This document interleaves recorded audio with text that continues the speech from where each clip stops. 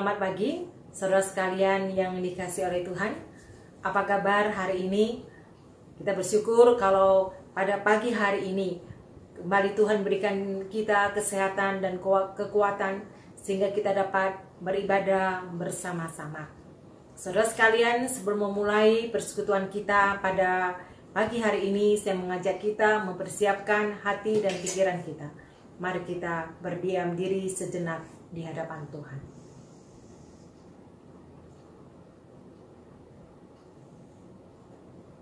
Amin.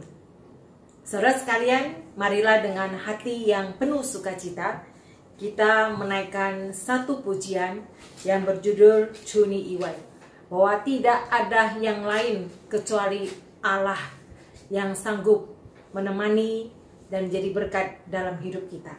Mari kita menyanyikan lagu Cuni Iwai.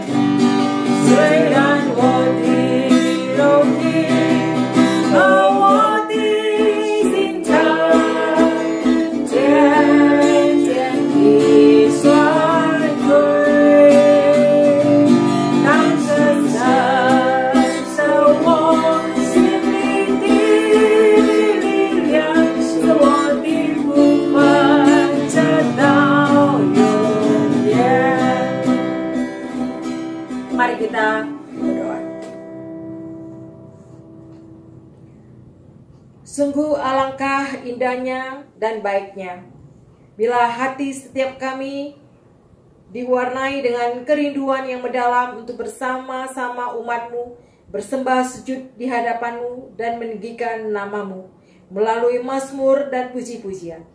Inilah persembahan kami yang dapat kami berikan sebagai tanda syukur kami atas setiap anugerah-Mu dalam hidup kami. Kuduskanlah setiap hati kami, Tuhan, supaya ibadah ini menjadi ibadah yang berkenan dan mempermuliakan nama-Mu.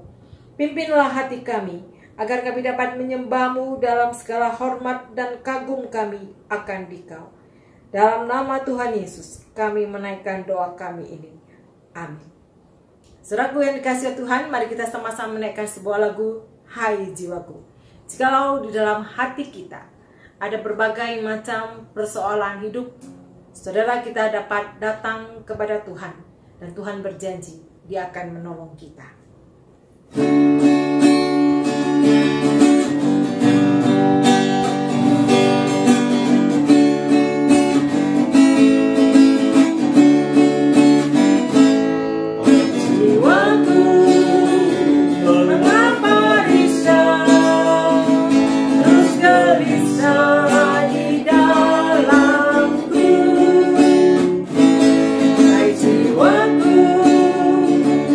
Yang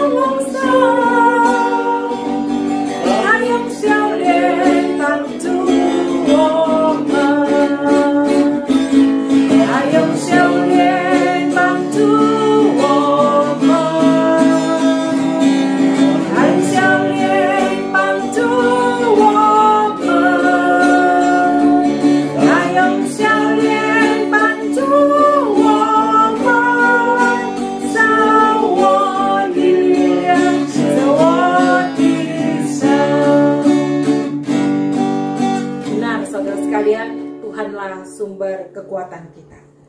Saat ini kita akan sama-sama mendengarkan firman Tuhan. Mari kita berdoa terlebih dahulu. Ya Tuhan, seperti rusa yang haus akan sungai-Mu, demikianlah jiwa kami haus akan kebenaran-Mu. Kebenaran-Mu yang memimpin kami untuk semakin mengenal dan mengasihi-Mu. Kebenaran-Mu yang menolong kami semakin beriman bahwa Tuhan tak pernah membiarkan kami berjalan sendiri dalam dunia yang penuh tantangan ini. Berkatilah hamba-Mu agar dapat menyampaikan kebenaran firman-Mu dengan baik dan jelas, supaya kami semakin hari semakin mengerti dan melakukannya di dalam hidup kami. Dengarkan doa kami Bapa, dalam Yesus kami berdoa. Amin. Saudara sekalian, firman Tuhan pada pagi hari ini diambil dari kitab Mazmur nomor yang ke-13. Mari kita sama-sama membukanya. Mazmur nomor yang ke-13, doa kepercayaan. Demikianlah bunyi firman Tuhan. Untuk pemimpin biduan, Mazmur Daud. Berapa lama lagi Tuhan kau lupakan aku terus-menerus? Berapa lama lagi kau sembunyikan wajah-Mu terhadap aku? Berapa lama lagi aku harus menaruh kekhawatiran dalam diriku dan bersedih hati sepanjang hari? Berapa lama lagi musuhku meninggikan diri atasku? Pandanglah kiranya, jawablah aku ya Tuhan Allahku. Buatlah mataku bercahaya, supaya jangan aku tertidur dan mati. Supaya musuhku jangan berkata, aku telah mengalahkan dia. Dan lawan-lawanku bersorak-sorak apabila aku goyah. Tetapi aku, kepada kasih setiamu aku percaya.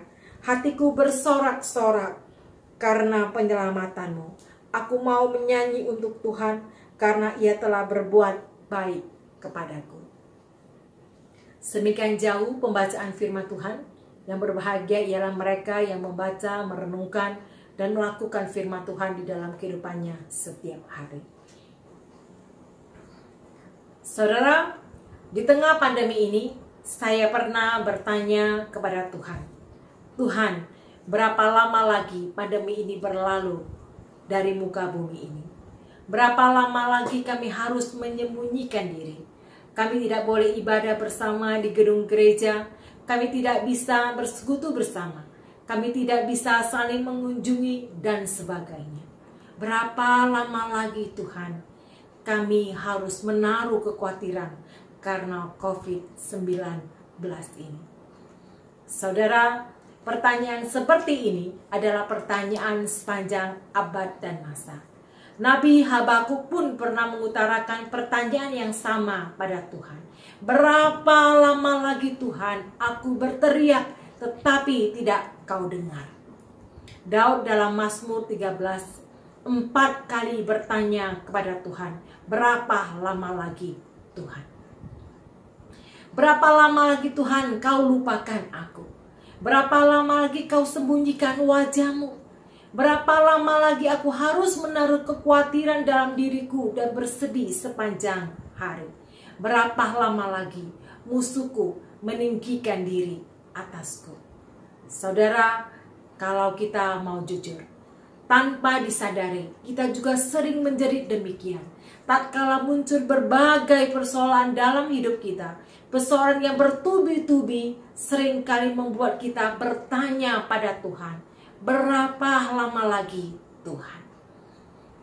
Saudara, di tengah kesulitannya, Daud mengubah sebuah mazmur untuk mengutarakan semua ketakutan dan penderitaannya lewat pertanyaan demi pertanyaan. Melalui pertanyaan yang bertubi-tubi yang dilontarkan oleh si pemazmur membuktikan bahwa ia mengalami pergumulan yang cukup berat. Daud dimusuhi oleh Saul, dikejar-kejar untuk dibunuh. Meskipun Daud tidak pernah berbuat salah, namun Saul berupaya untuk membunuhnya. Daud sangat tersiksa dengan kekhawatirannya sampai demikian lama. Saudara, berapa lama lagi Tuhan menyiratkan sebuah keadaan yang dialami oleh seseorang yang menantikan pertolongan Tuhan, di mana orang tersebut sudah sekian lama bergumul dengan penderitaan, namun pertolongan Tuhan tak kunjung tiba. menanti-nanti pertolongan Tuhan tanpa adanya sebuah kepastian seringkali membuat orang ragu akan keberadaan Tuhan dalam hidupnya. Saudara, saya yakin bahwa setiap manusia pasti pernah mengalami penderitaan. Sejak lahir hingga akhir hidupnya di dunia, manusia terus berhadapan dengan berbagai macam kesusahan. Penderitaan seolah-olah tidak pernah absen dari kehidupan manusia dan seringkali membuat kita gelisah dan bersedih dan putus asa. Saudara, setiap orang memiliki respon yang berbeda ketika diperhadapkan dengan masalah. Ada yang nekat dengan mengakhiri hidupnya, ada yang memilih untuk mundur, ada yang menerima keadaan apa adanya. Saudara, ada 2 orang ibu yang ketika mendapati anaknya memakai narkoba. Yang satu ini merasa dunia ini seperti mau runtuh. Ia tidak memiliki pengharapan sama sekali. Tetapi yang seorang lagi menganggapnya sebagai bagian dari drama kehidupan yang harus ia mainkan. Dan ia membiarkannya bergulir dan menunggu waktu untuk menyelesaikannya. Saudara, Daud di tengah keraguannya, di tengah ratapannya, ia mengarahkan kembali pandangannya kepada Tuhan. Apa yang dapat kita pelajari dari Daud? Yang pertama adalah doa. Ketika Daud menghadapi pergumulan yang sangat berat, Daud memilih untuk berdoa kepada Tuhan. Berdoa memohon kepada Tuhan untuk menolongnya. Dalam ayat yang keempat di sana dikatakan, pandanglah kiranya, dengarkanlah aku, ya Tuhan Allahku. Dalam kondisi yang sangat berat, Daud tidak kehilangan pengharapannya. Ia terus berdoa memohon belas kasih Tuhan. Ia percaya bahwa Tuhanlah satu-satunya yang dapat menolongnya dan melenyapkan semua kesedihannya dan penderitaan hidupnya. Saudara, apapun yang menjadi persoalan hidup kita pada hari ini, kita punya Tuhan. Kita boleh datang kepada Dia. Allah punya 1000 jalan untuk menolong kita dan menjawab kita pada waktunya. Saudara, yang kedua yang dapat kita pelajari dari Daud adalah percaya pada kasih setia Tuhan. Di dalam pergumulan dan penderitaan hebat yang dialami oleh Daud, Daud masih percaya akan kesetiaan Tuhan dan tidak pernah berhenti berharap kepada Tuhan. Kata percaya dalam bagian ini ditulis dalam bentuk past tense atau dalam bentuk lampau. Itu artinya kepercayaan Daud kepada Tuhan sudah menyatu atau melekat erat di dalam hidupnya. Baik pada waktu dia dalam keadaan susah maupun dalam keadaan suka. Saudara, di dalam ayat yang ke-6 di sana dikatakan, tetapi aku kepada kasih setiamu aku percaya. Hatiku bersorak-sorak karena penyelamatanmu. Aku mau menyanyi untuk Tuhan karena Ia telah berbuat baik kepadaku. Saudara, Daud menekankan bahwa umat Tuhan haruslah percaya bahwa kesetiaan Tuhan tidak pernah berubah dari dulu, sekarang, dan selama-lamanya. Allah bukan saja patut dipercaya, tapi juga sangat bisa kita andalkan.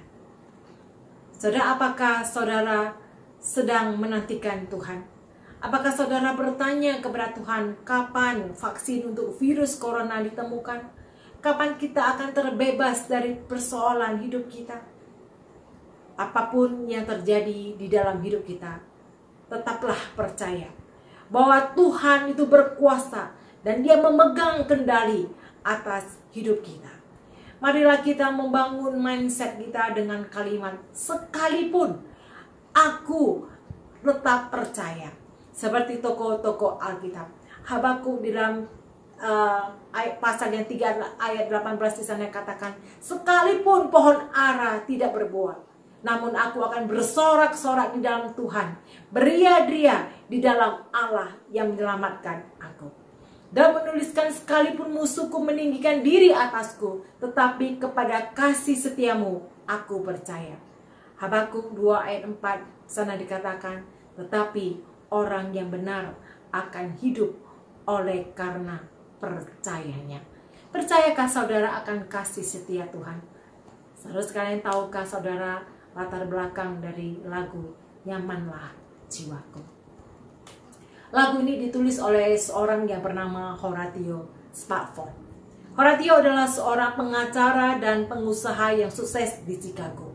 Ia memiliki 5 orang anak, 1 lelaki dan 4 anak perempuan. Pada waktu itu, Horatio adalah orang yang terpandang dan sukses. Hidupnya berkelimpahan harta dan ia hidup bahagia. Ia dan istrinya adalah orang-orang yang setia melayani Tuhan. Saudara sekalian, suatu hari tragedi hebat terjadi di dalam hidupnya. Pada tahun 1870, putra satu-satunya pada waktu itu masih berumur 4 tahun meninggal dunia karena demam berdarah. Saudara sekalian, tragedi hebat itu tidak berhenti sampai di sini.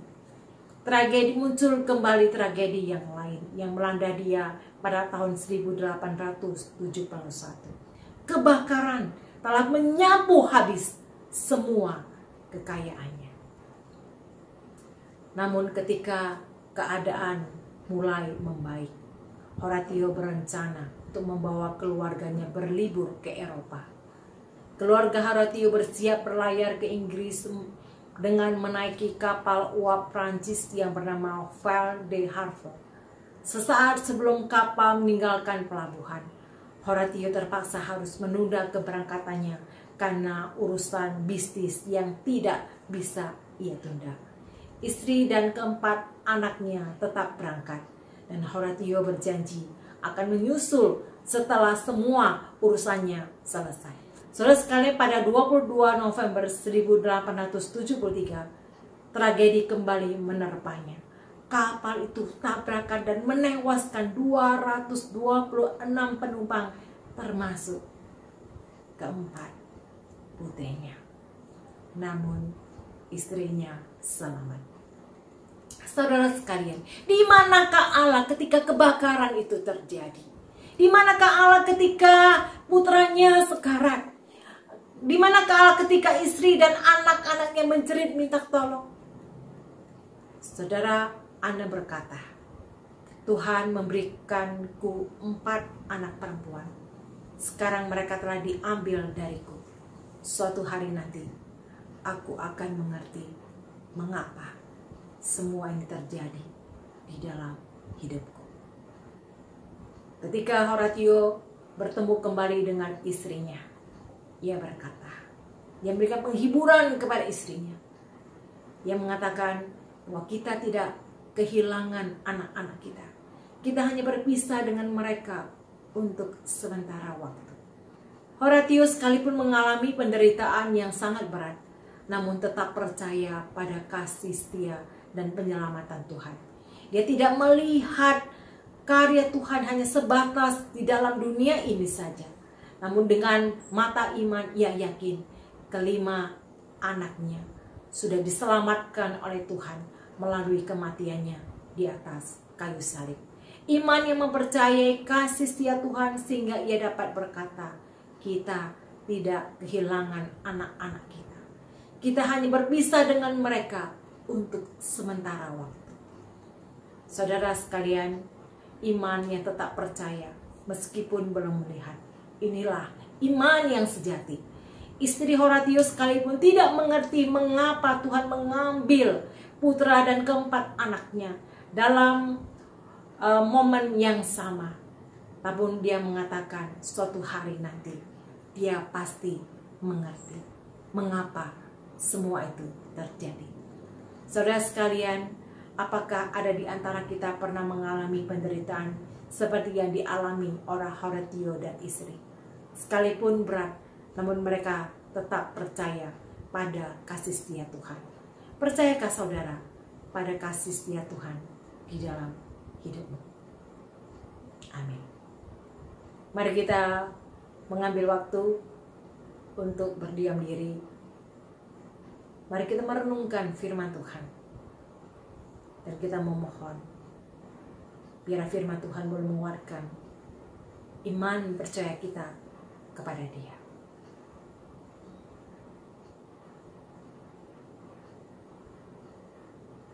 Amin. Saudara sekalian, saya mengajak kita menyanyikan sebuah lagu lagi. Tuhan Yesus tidak pernah berubah. Memang benar, Dia adalah Allah yang tidak pernah berubah. Dari dulu, sekarang, sampai selama-lamanya. Mari kita menyanyikan pujian nomor 85. Tuhan Yesus tidak pernah berubah. Mari dengan iman kita menyanyikan lagu ini. Tuhan Yesus 永远不改变，永远不改变，永远不改变。耶稣基督永远不改变，永不改变，直到永永远远。哈利路亚，哈利路亚，哈利路亚，哈利路亚，哈利路亚，哈利路亚。耶稣基督永远不改变，永远不改变，永远不改变。耶稣基督永远不改变，永不改变，直到永永远远。哈利路亚，哈利路亚，哈利路亚，哈利路亚，哈利路亚，哈利路亚。Mari kita masuk ke dalam doa syafaat yang akan dipimpin oleh Pendeta Yohanes. Jemaat sekalian, mari kita bersama-sama masuk di dalam beberapa pokok-pokok doa syafaat kita. Yang pertama-tama, marilah kita berdoa untuk setiap jemaat Tuhan, khususnya Komisi Usia Indah. Kiranya Tuhan terus menyertai dan memberkati kehidupan mereka. Mari kita berdoa bagi mereka yang sakit, mereka yang memerlukan kekuatan dan penghiburan. Bila Tuhan sendiri menjadi satu kekuatan dan penghiburan bagi kehidupan mereka. Mari kita berdoa bersama-sama. Ya Tuhan, Allah yang kami kenal di dalam nama Tuhan Yesus Kristus, pada pagi hari ini kami ingin berdoa bagi setiap kami sekalian, khususnya mereka yang di dalam keadaan kondisi tubuh yang lemah. Mungkin mereka sedang dirawat di rumah ataupun di rumah sakit. Tuhan, kami mohon kepadamu, biarlah Engkaulah yang akan melawat mereka. Biarlah dengan tangan kuat kuasa-Mu boleh menjamah hidup mereka. Biarlah mereka boleh dapat dikuatkan. Dan bahkan jikalau boleh ya Tuhan, kami berdoa agar kiranya dengan kuat kuasa Tuhan boleh dapat memulihkan dan menyembuhkan kesehatan mereka. Kami percaya ya Tuhan, di dalam keadaan apapun, Engkau tidak akan pernah meninggalkan kehidupan mereka satu persatu. Jikalau iman mereka lemah, mohon kiranya Engkaulah yang akan terus memberikan kekuatan, menopang hidupnya, sehingga mereka tetap boleh dapat merasakan campur tangan Tuhan di dalam kehidupan mereka. Mereka boleh merasakan akan sukacita dan kekuatan yang datang daripadamu. Ya Allah, kami juga tak lupa berdoa untuk situasi saat ini, di mana masa-masa pandemi masih terus berlangsung. Tuhan, kami tidak mengetahui kapan masa pandemi ini akan berakhir. Tetapi kami percaya bahwa tidak ada satu peristiwa pun yang ada di luar kehendak dan rencanamu. Oleh sebab itu ya Allah, biarlah sekalipun pandemi ini belum juga berhenti atau berakhir, tetapi biarlah iman kami boleh tetap teguh dan kuat di dalam Tuhan. kami berdoa ya Tuhan agar supaya pemerintah boleh dapat terus berjuang untuk memutuskan penyebaran COVID-19 ini. Sehingga pada waktunya nanti kami boleh dapat terbebas dari pandemi ini.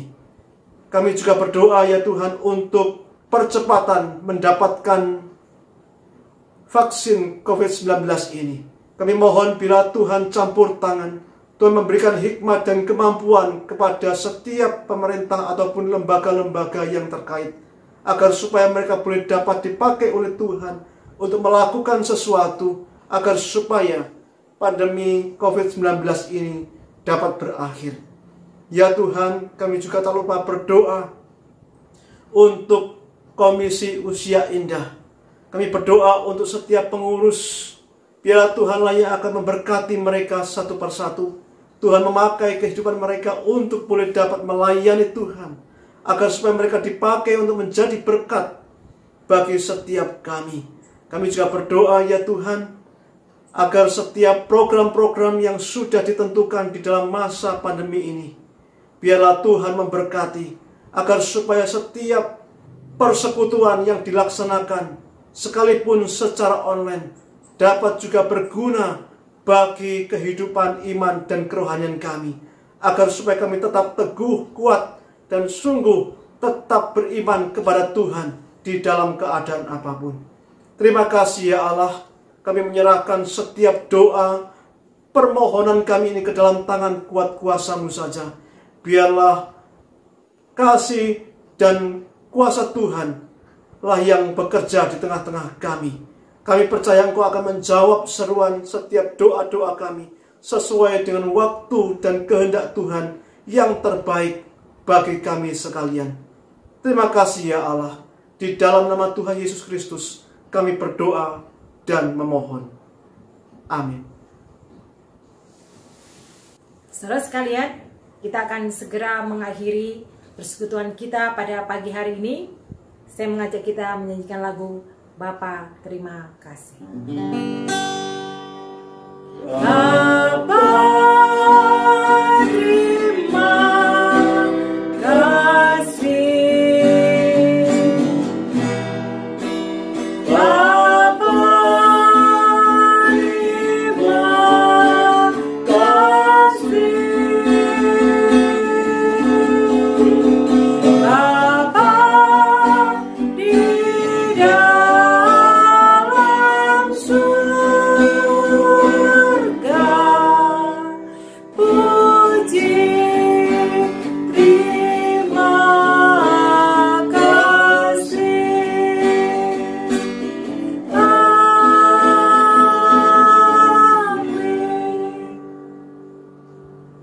Persekutuan selesai. Tuhan berkati Bapak Ibu Saudara sekalian.